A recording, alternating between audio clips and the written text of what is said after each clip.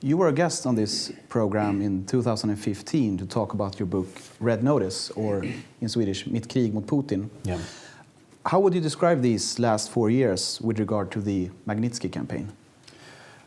It's been an unbelievably big 4 years. In fact, so much has happened in the last 4 years that I'm writing a sequel to this book because I could easily fill up a whole book with just half of what's happened in the last 4 years. The Magnitsky Story, which started with the murder of my lawyer in Russia by corrupt Russian officials for uncovering a $230 million corruption scheme, has metastasized into things that were unimaginable when this thing first started. Just to give you a little bit of background, Sergei Magnitsky was my lawyer. He was a Russian. I hired him after my offices in Moscow were raided by the police. I had actually been kicked out of Russia before that because I was complaining about corruption in the companies I was investing in as a mutual fund manager in Russia. After I was kicked out, my offices were raided. The police seized all of our documents. And I hired Sergei, who was the smartest lawyer I knew in Russia, to investigate, to try to figure out why they had seized our documents and what they were going to do with them. And what Sergei had discovered was something far worse than we could have ever imagined, which was that the police were working together with organized criminals and other senior Russian government officials, and they were working together to steal $230 million of taxes that we had paid to the Russian government from the Russian government. It's a complicated story, which I won't get into now, but effectively, we had paid a bunch of taxes to the Russian government, and this group of police and criminals stole that money from the Russian government. And Sergei was outraged on my behalf as my lawyer, but he was also outraged as a Russian citizen that there would be such a massive crime committed against his own country. And Sergei testified against some of the police officers who were involved in this crime. And he figured because it was a crime against his own government that the people at the highest level of his government would care. But they didn't care about the theft of the money, but they did care that he testified. And about 5 weeks after Sergei testified, the same police officers he testified against came to his home at 8 in the morning on the 24th of November 2008. They arrested him. He was put in pretrial detention where he was then tortured to get him to withdraw his testimony against the police officers. They put him in cells with 14 inmates and 8 beds and left the lights on 24 hours a day to impose sleep deprivation. They put him in cells with no heat and no window panes in December in Moscow, so he nearly froze to death. They put him in cells with no toilet, just a hole in the floor where the sewage would bubble up. They moved him from cell to cell to cell, and the purpose of all this was to get him to withdraw his testimony against the corrupt police officers, and they wanted to get him to sign a false confession to say that he had stolen the $230 million, and he did so on my instruction. And Sergei was a man of incredible integrity, and for him the idea of perjuring himself and bearing false witness was more upsetting than anything that they could do to him, and he refused.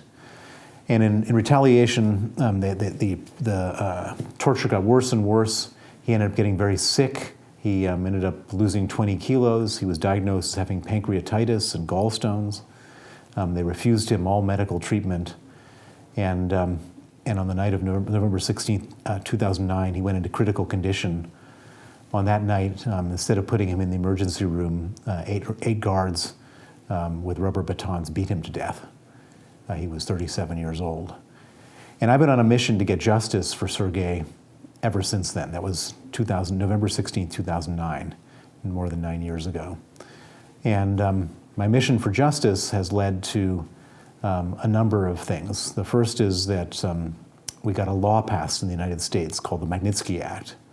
The Magnitsky Act freezes the assets and bans the visas of human rights violators from Russia.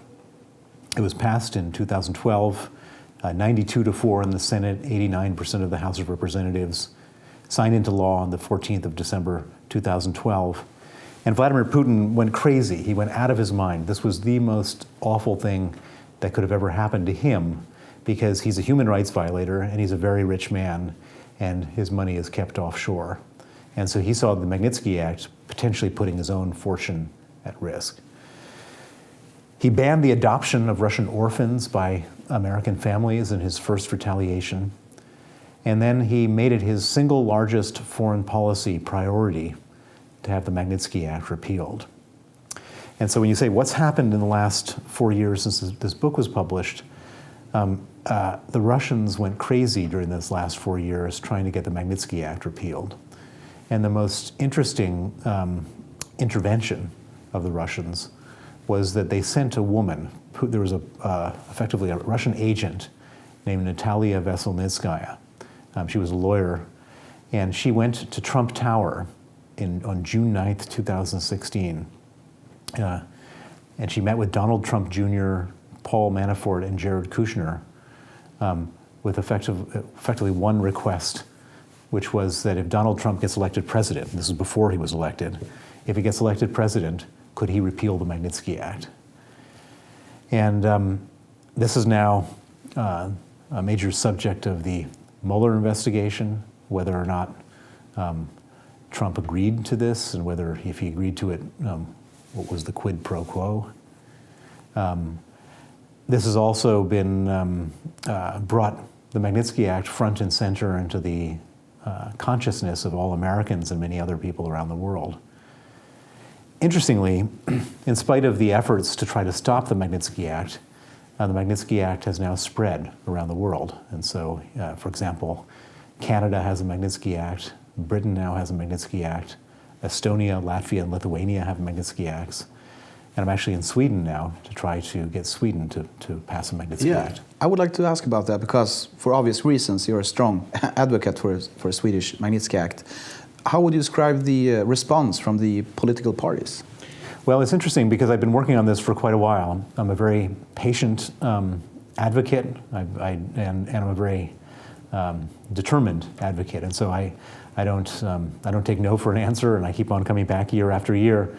And I started this process in Sweden maybe 5-6 years ago, and with very little traction. But about a year ago, it started to get some traction, and I was able to get all of the political parties who were not in the government. So the Liberal Party, the Center Party, the Moderate Party, and the Christian Democrat parties all explicitly and openly supported the idea of a Swedish Magnitsky Act. We went to the government party, and they were a little more hesitant, and which is not unusual, by the way. I don't even know if it's a sort of party issue as opposed to a government issue. Most governments don't want to do anything that will upset Putin. And so in order for them to try to not do it, they said, oh, we think it's a good idea. But it shouldn't be done at a Swedish level, it should be done at an EU level.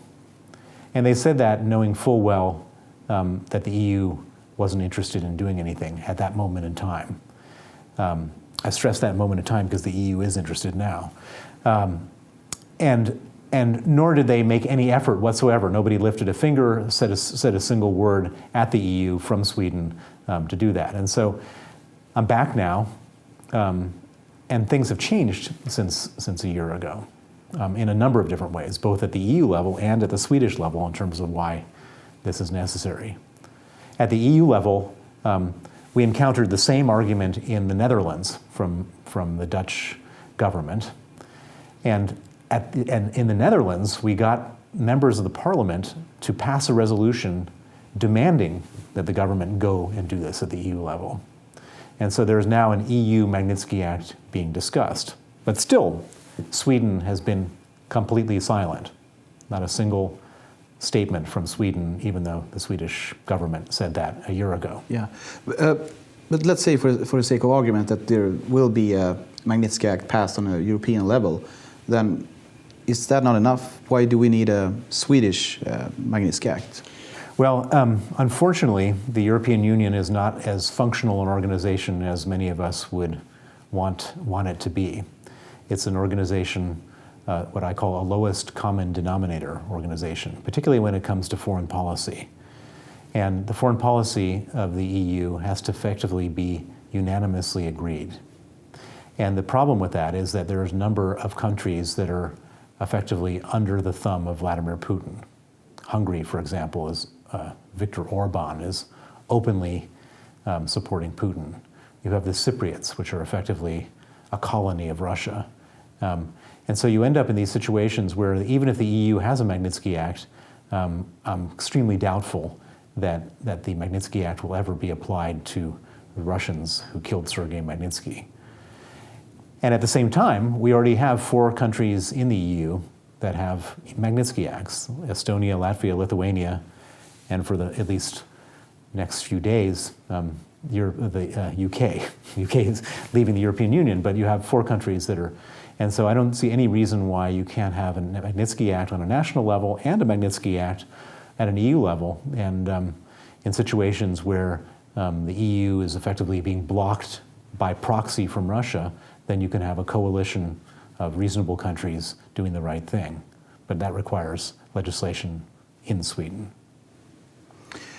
Have you had any? What has been the response from the current government? Well, I've not gotten a response from the current government. I requested a meeting with the foreign minister, and my meeting request was rejected. So I've not had any ability to gauge their feelings about this. I'm sure their feelings are exactly the same as they were in the previous year, because no government wants to do this. This always comes to governments uncomfortably. Governments don't like doing anything that will upset Russia. And so I don't expect that they're going to embrace me with open arms and say, we're going to do this. I expect that we're going to have to force the government to do this under public pressure, under parliamentary pressure, under press pressure, to do the right thing. It's a very simple request. Should torturers and murderers, not just from Russia, but from everywhere, be allowed to come to Sweden and use the banking system? Yes or no? Sweden is supposed to be a country of morality and leadership. I think that if you ask any person on the street that question, they would say, of course they shouldn't be allowed here. And if you say, are you aware that there's a law being considered to do this? They would say, I didn't know that. And then if I said, are you aware that the government is blocking the law to do this? They would say, that's outrageous. Why would the government do that? And that's how this stuff ends up happening. I see. Speaking of honesty and low level of corruption, Swedbank is now facing serious allegations regarding money laundering through their Baltic branch. How serious would you say this is? Well, I believe that the initial reports, and the reports come from us and they come from the Swedish public broadcaster, raise some very, very grave questions about money laundering at Swedbank.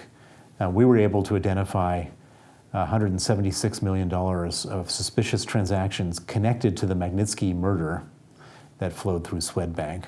And it wasn't just through the Baltic branches, it also flowed here into Sweden itself.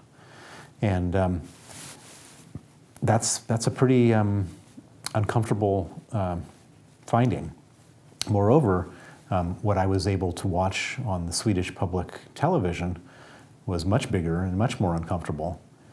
And in a certain way, this Swedbank scandal brings home to Sweden the necessity for a Magnitsky Act, because Sweden shouldn't be in any way complicit through the banking system or any other way of encouraging or enabling dictators and human rights abusers to use the sort of integrity of the Swedish system in any way. Do you think that Sweden has been naive when it comes to these sort of issues, since we have not had that sort of experience, or at least we thought so up until now? It's interesting because this is not just a Swedish problem, it's also a Danish problem, and possibly a Finnish problem, because Nordea Bank has also been implicated in a number of these suspicious transactions. And I think that it's sort of a combination of two things. So on one hand, there was this idealistic business approach for the banks to, let's expand. Where should we expand to? Well, look, there are these neighboring countries just across the water in the Baltics. Why don't we buy up these banks? And then I think when those banks started to generate big profits, it was easy for certain management teams to look the other way, because that's their job, is to generate profits. But some of those profits came from moving illicit funds. Do you think we will see more banking scandals of this kind in the coming years? I think we will. I can't say which banks will be affected, and it's not just going to be a Nordic issue or a Baltic issue. I think it will be an issue that affects many, many European banks. And the reason for it is very simple, that over a 20-year period, the amount of criminal proceeds leaving Russia is $1 trillion. And those criminal proceeds found the weakest links through different banks to get out into Western Europe so they could buy property, they could buy yachts and private jets, but more importantly, they could also buy influence, and they could pay for assassinations, and they could pay for chemical weapons and do all sorts of other terrible things. And so this isn't just a moral issue, it's a national security issue. Do you think that Sweden should adopt a tougher stance against money laundering and antitrust crimes? In the United States, people go to jail for, 20, 30 years. I'm not saying that is a good policy, but in Sweden, the sentences or penalties tend to be quite low, so to speak. Well, basically, so let's just look at the Danske Bank story for a second. Danske Bank, you had a number of people inside Danske Bank that were enjoying the profits and enjoying big bonuses because of the profits and then it was discovered that $232 billion of suspicious transactions from the former Soviet Union flowed through Danske Bank. It's now an international scandal. It's the largest money laundering scandal in the history of Europe. And Danske Bank will probably face extreme financial penalties in a variety of different countries. The management of the bank, the CEO and the board directors, what's the consequence to them? They'll lose their job. I don't even know if the CEO will have to pay back his bonuses. So who are the people who get hit? The pension funds that invest in the shares, and possibly, if the fines are so large, then the taxpayers of Denmark.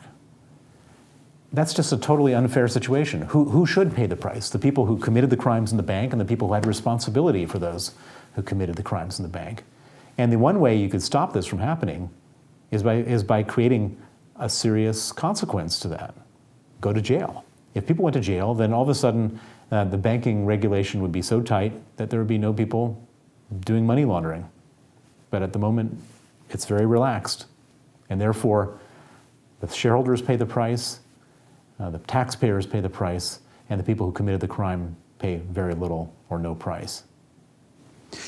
You mentioned earlier that Russian money that is laundered through European banks is not only used for, let's say, private consumption, but also undermining European security. Do you have any examples of that? Yeah, some very, very dramatic examples. Just in the Magnitsky case, so we searched for where the money went after the murder of Sergei Magnitsky that he exposed. And we discovered some of the money went from Russia through a variety of different countries to Switzerland, then on to Cyprus, and to the accounts of a man named Issa al-Zayed. Issa al-Zayed is a person who has been identified by the US government as providing material support for the Assad regime in chemical weapons. So effectively, you have money going to purchase chemical weapons, which is a quite dramatic thing.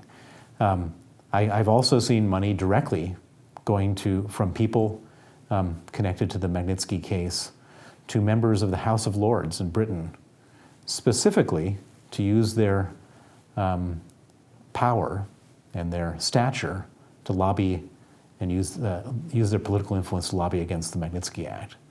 And so you have, and there's many, many other examples, by the way. And so you have these situations where politics are being changed, security is being changed, everything is being paid for by these Russians. And so we can't really control that, and it creates all sorts of distortions and dangers and really bad situations for us in the West. This spring, there will be elections held to the European Parliament. What are your thoughts on that? Well, we know for sure that Russia has funded a number of far-right parties.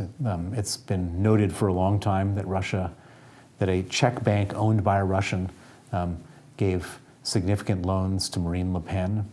It's just recently been revealed that Rosneft was involved in selling oil at a discounted price to a trading company that was going to provide financial support for Salvini in Italy.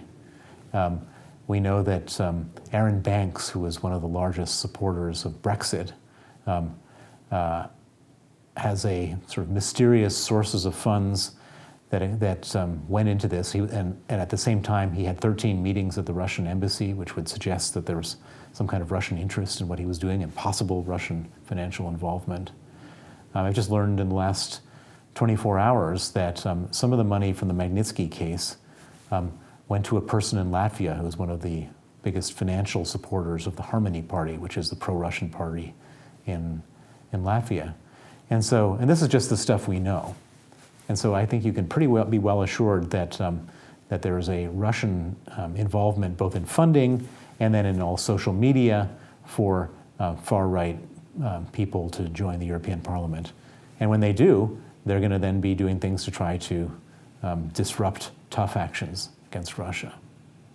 And what implications could this have for the possible Magnitsky law at a European level? Well, I don't think that they're going to end up getting a majority of the parliament, but I think that they'll have a loud voice, and it will make it harder and more time-consuming for me to ultimately get to the point of getting an EU Magnitsky Act.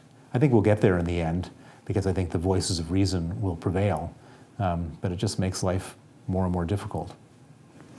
Apart from Sweden, what other countries do you see are discussing a possible Magnitsky Act within the European Union? Within the European Union, we're having serious discussions in the Netherlands, in France, in Romania, in the Czech Republic.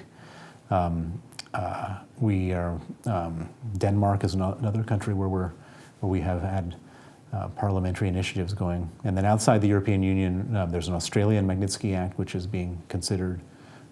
Ukrainian Magnitsky Act, Moldovan Magnitsky Act. So this is sort of percolating in all sorts of different areas, and eventually my hope is that it becomes sort of a worldwide standard. How would you evaluate the European Union's Russia policy thus far? Well, the European Union's Russia policy has been remarkably good considering how dysfunctional the European Union is and how this whole unanimity issue could have derailed it. Every 6 months, the sanctions against Russia need to be renewed. Every 6 months, everybody in Brussels panics about whether Italy or Cyprus or Hungary will somehow use their veto. So far, that hasn't happened, but it feels very tenuous. So, what's your message to Swedish policymakers? Well, my message is twofold. One is that Russian money laundering and the Magnitsky case are no longer abstract theoretical concepts. This is a real concept which affects Sweden in a real way because of this money laundering scandal. And at the same time, we have one tool, and it's not the only tool, that needs to be put in place to stop Russian malign influence, and that is the Magnitsky Act. And it's not just for Russian malign influence, it could be for Chinese malign influence and Venezuelan or Saudi Arabian malign influence. But this country, as a standard bearer for international justice and morality, shouldn't be one of the last countries to do a Magnitsky Act. If we look at Russia, how would you evaluate the opposition's work there, as for the moment? Well, what happens to the opposition? My friend Boris Nemtsov was killed. He was one of the people who worked around the world for Magnitsky sanctions. His protege, Vladimir Kara-Murza, who's been with me in various parliaments around the world as well on Magnitsky, was poisoned twice within an inch of his life. He barely survived. Alexei Navalny, another opposition activist, he's been charged, arrested, prosecuted. His brother was put in jail as a hostage. And then Garry Kasparov, another Russian opposition activist, had to flee the country to avoid being arrested and now lives in New York. And so it's a very, very difficult, dangerous thing to be a Russian opposition activist. Do you see any silver linings, so to speak, or do you see any signs of hope in Russia? No. Why is that? Well, Vladimir Putin is a dictator who has no choice but to try to stay in power for the rest of his life. If he was ever to lose power, he would lose all the money that he's accumulated, he would go to jail, and he might even die. And so for him, from his perspective, the only thing he can do is stay in power. And as time goes on, and as the economy falters and declines, and as the standard of living declines, it's harder and harder in a pseudo-democracy. It's not a democracy, but they try to pretend it still is. And people kind of expect that it is in Russia. And so it's harder and harder for him to do anything other than cheat to get elected. And he's afraid at some point, if he cheats and gets caught, he might end up getting overthrown. And so the best way of avoiding being overthrown is to try to deflect the anger away from him towards other people. And so he starts wars in foreign countries. He hacks elections. He cheats in every different way possible. And the worse it gets, the more of these adventures he's going to embark on. It's interesting because you said the other day that Putin will not invade another country due to the fact that he is already waging a war in the Ukraine and occupying parts of Georgia. If that is true, shouldn't we all relax and let Putin be? We should definitely not be relaxed. So Putin is not going to send his tanks across the border into Finland, for example. But he could easily send his dollars across the border into Finland to support some kind of far-right party that is sympathetic to Russia. Putin is not going to start sending bombers to bomb Stockholm, but he could easily hack or send thousands of Facebook ads and Twitter bots to confuse people about who to support in elections here. He may not, go roll into Kazakhstan, but he could absolutely send assassins to London to come and kill me. And this is the type of stuff that he does. It's sort of off the books, plausibly deniable, asymmetric warfare. And he does it on a large scale. He has many, many different projects going on. And he's not living by the same set of democratic, reasonable rules that we live by. And our best chance is perhaps the Magnitsky Act. The Magnitsky Act is our best chance among a number of other important, tough policies to contain Russia. Thank you, Bill. It's been an honor having you here. Thank you.